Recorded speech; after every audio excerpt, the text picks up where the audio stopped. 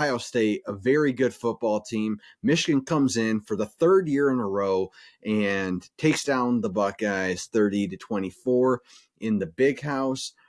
Brant, take me through the emotions of that game for yourself. Dave, it's so funny because over the last couple of years we were so excited to get this done and to have these wins over Ohio State the last couple of years. This year it felt like, okay, we did it again. Great. The nerves were high. It was a great football game, back and forth. Did I ever feel like we were going to lose? In the last 30 seconds, I did have that feeling. I had that feeling of, oh my God, we've played pretty well to this point. We're going to squander it now. Marvin Harrison, I can see him streaking into the end zone right now. But again, this team shows resolve. To take a page out of Dan Campbell's book, it showed grit. It made the timely play when it needed to be made. And the Jalen Harrell pass rush finally gets there, right? Like, we have been watching the pass rush all game just kind of get stonewalled and just come close enough to Kyle McCord. And to Kyle McCord's credit, he didn't take very many sacks. And to the Ohio State line's credit, they didn't give up very many pressures. Two very evenly matched teams. The emotions of the day, though, Dave, were phew when Rod Moore picks that ball off it. And it wasn't one of those. They obviously went to review it, but you could tell live, we got nothing to worry about here. That looks like a clean interception. It was a clean interception. And back and forth all day. And Dave, I don't know, I don't want to segue into this, but the reviews in that game and the commercials in that game, my God, can we get this fast track, please? Fox at its best, man.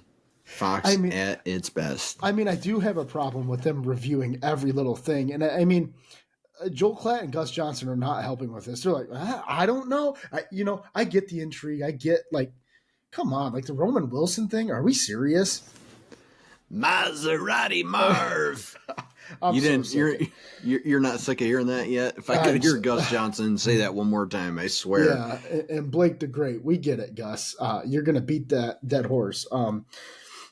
Anyway, Dave, as far as the emotions go for the day, it really was a sense of relief at the end of the day because, man, when you own this rivalry, you fight and you scrape and you claw to keep it in your, you hold on to that rivalry, those wins. And we haven't tasted it in so long. And now you finally have taken over this rivalry. You own this rivalry. You own them. Last year we kind of said it, but now there's going to be nobody going into this game next year for Ohio State that has any gold pants or whatever they have. Nobody on that roster will have beaten Michigan unless it was a transfer from TCU in 2022 or Georgia in 21. It won't be from them beating them as an Ohio State Buckeye, which is unbelievable coming from where we were in 2020. Absolutely. I find it interesting.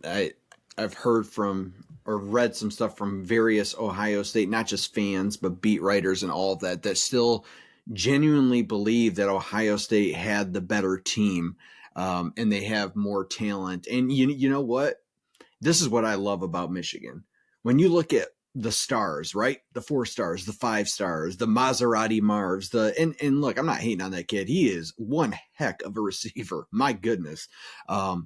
They've got all the stars, right? And I know that what Roman Wilson said in the post game, kind of went viral of, look, they're showing up in $1,000 pants and this and that. And, but they're not that tough at the end of the day. Like, I don't think I'd go that far. I thought they actually played Michigan very tough. I do think, to Ryan Day's credit, I think that this was a tougher Ohio State team. They did their absolute best to build this team in the trenches to try and combat what Michigan's done to them the last 2 years. And the reality is, Brant, they just can't do it right now. And that's credit to Jim Harbaugh, who wasn't on those sidelines, and how he has built this thing to sincerely combat what Ohio State is good at. He brings them out of their comfort zone. They make them play Michigan football, Big Ten football, and the spicy plays, the big plays down the field, all of that. It's like, yeah, you might get a couple, and they really didn't in this game. But truthfully, Michigan's going to make you win it in all 4 quarters, and Ohio State just has not been able to do that. And man, I did feel like there were 3 moments in that game for me where I was like, ooh, okay, here we go. Number one was that first Will Johnson pick where it just seemed like Kyle McCord has not done his homework on Will Johnson and what Will Johnson does best on jumping a slant route and try to force it in there to Marvin Harrison Jr. Came at a critical time. Both offenses at that point had been stopped. Will Johnson gets a huge interception, brings it down. Michigan ground and pounded in, eventually gets it in on 4th and goal, I believe, with Blake Corum. Michigan's up 7-0, and it's like, okay, now we're ready to settle in. That was the first moment of that game where I'm like, I felt comfortable. I didn't feel comfortable like, oh, we're gonna win this game, but I was like, okay, Michigan's arrived. This isn't some like fluke of a game where we thought Michigan was this and they're really that. Like, because we know how that can go and how that feels. Wasn't that? So I was like, okay, Michigan's here to play. The next thing where I was like, okay, they're in not just, it's not Ohio State's head or the players' heads. They're in Ryan Day's head right now. And credit to Sherrone Moore. I mean, coached a perfect game, went for it when he should have went for it, got it. Believe they got their 4th down conversions 100% of the time. And they were aggressive when they needed to be. They were conservative when they needed to be. But what they weren't were playing scared. And I thought that Ryan Day played scared at the end of the first half. And when he is trotting his kicker out there and milking the clock down to kick a 50-plus yard field goal that his kicker hasn't hit all year, I'm not saying he can't hit them. Guarantee he can, because Ryan Day wouldn't put him in that position. The timeout helped, right? We saw him kick it good the first time. Sherrone Moore calls the timeout, ices the kicker. He comes out, misses it. And it's like, Brant, if that's an Urban Meyer coached Ohio State team, they are 1,000% taking a shot to Marvin Harrison Jr. and trying to move that ball down the field, or to Cade Stover, somebody. And that's just not Ohio State right now under Ryan Day. And so he can, I played the clip jokingly at the beginning, but it's not even I'll credit the Ohio State players. They didn't play soft. I thought Ryan Day coached soft. And so he's right. This is a tough team, tough players, tough defense. I don't disagree with any of that. Do you want to know who's not tough, though? Ryan Day, your head coach. And at the end of the day, he played scared. And I think he got caught because Sherrone Moore, first time head coach, biggest game of his entire life, career, you name it. He didn't coach scared at all. Coached with confidence, believed in his guys. That was the second just huge difference to me. And the game wasn't over at that point, but these were the key moments where I was like, okay, yep, Michigan is here. And the last one, Brant, was unfortunately just the devastating injury that happens to Zach Zinner. Gruesome. I mean, it seemed like the entire, all the air got sucked out of the stadium at that point. Immediately, you're seeing these Michigan players fall to their knees and just basically, lift up Zach Zinner in their prayers because, yeah, Zach Zinner, look, the O-line they're not the flashiest guys, right? They're not the names that you hear and you're like, oh, God, like, thank God. Like, everyone knows Blake Corum, unless you're a diehard Michigan fan, you might not know Zach Zinner. I hope you do, but you might not. Zach Zinner is the heart and soul of this football team. He's a captain. He's a senior. He's a leader in the locker room. And I was wondering how Michigan would respond there. I hoped, and I think I even said this during the game, was if Michigan comes out right now and scores a touchdown, this thing might be over, because that's going to show me how they respond here in the face of adversity. And their biggest loss of the season was Zach Zinner going down. And what did they do? Hand off to Blake Corum, 22-yard run into the end zone. He throws up the 6-5 into the camera for Zach Zinner, and it was like, okay, Michigan is here, and they're not going anywhere. I felt confident the whole way, Brant. I'm just like you, and I'm not like, oh, I was confident. I wasn't nervous at all. No, I absolutely. Are you kidding me? When we go up 30-24, and Ohio State gets the ball with a minute to go, and the players they have on that offense, it's say what you will about Kyle McCord. You know what? I don't know if after this season, Kyle McCord, I doubt he ever takes another snap as the Ohio State starting quarterback. I don't think Ryan Day lets him.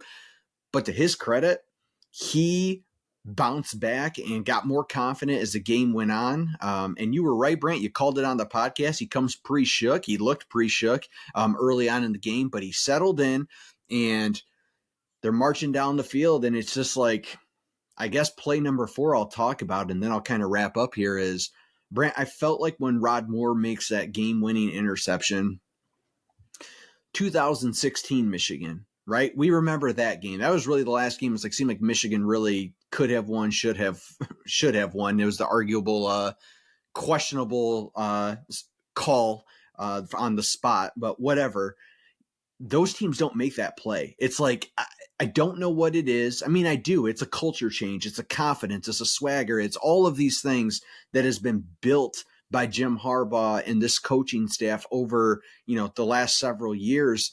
But 2021 things changed. We saw it last year in Columbus, and then to come back in 2023 without your head coach and with Sherrone Moore there on the sidelines, 37-year-old coach gets it done. And it's like, yeah, you heard Blake say it. I know you've heard JJ say it. Job's not finished.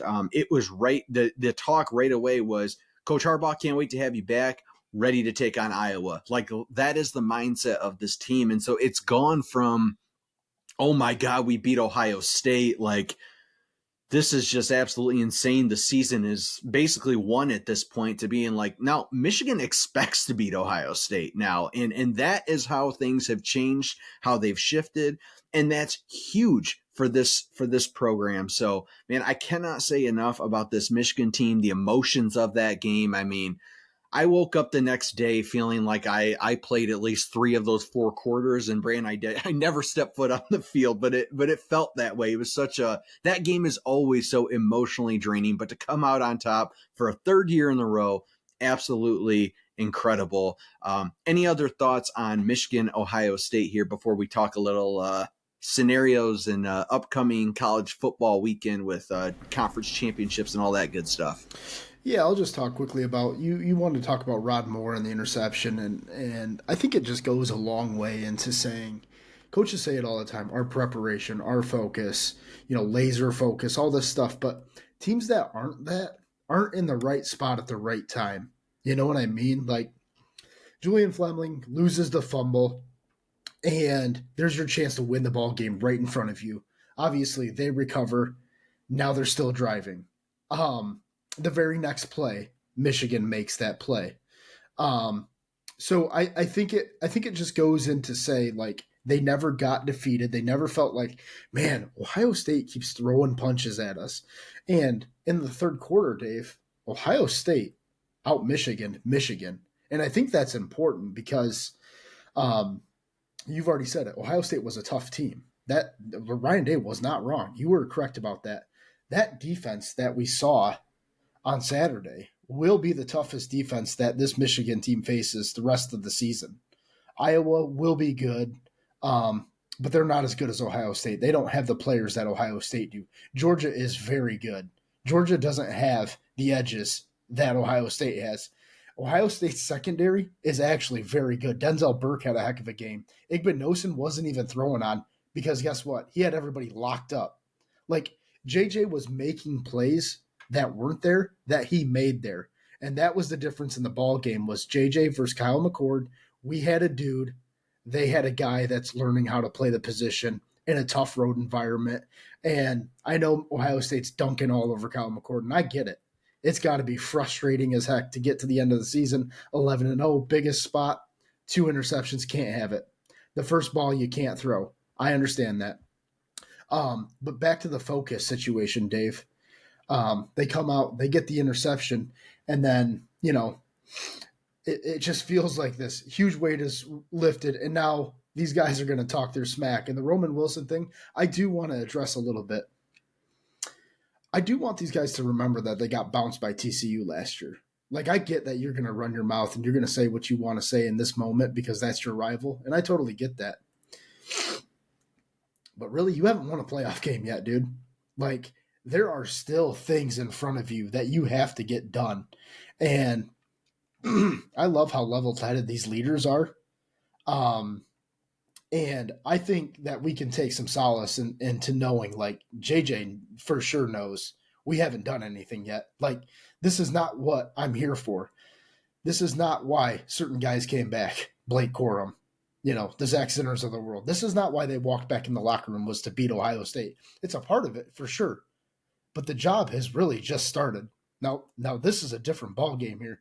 So, Dave, I love the points that you laid out there, and looking around college football.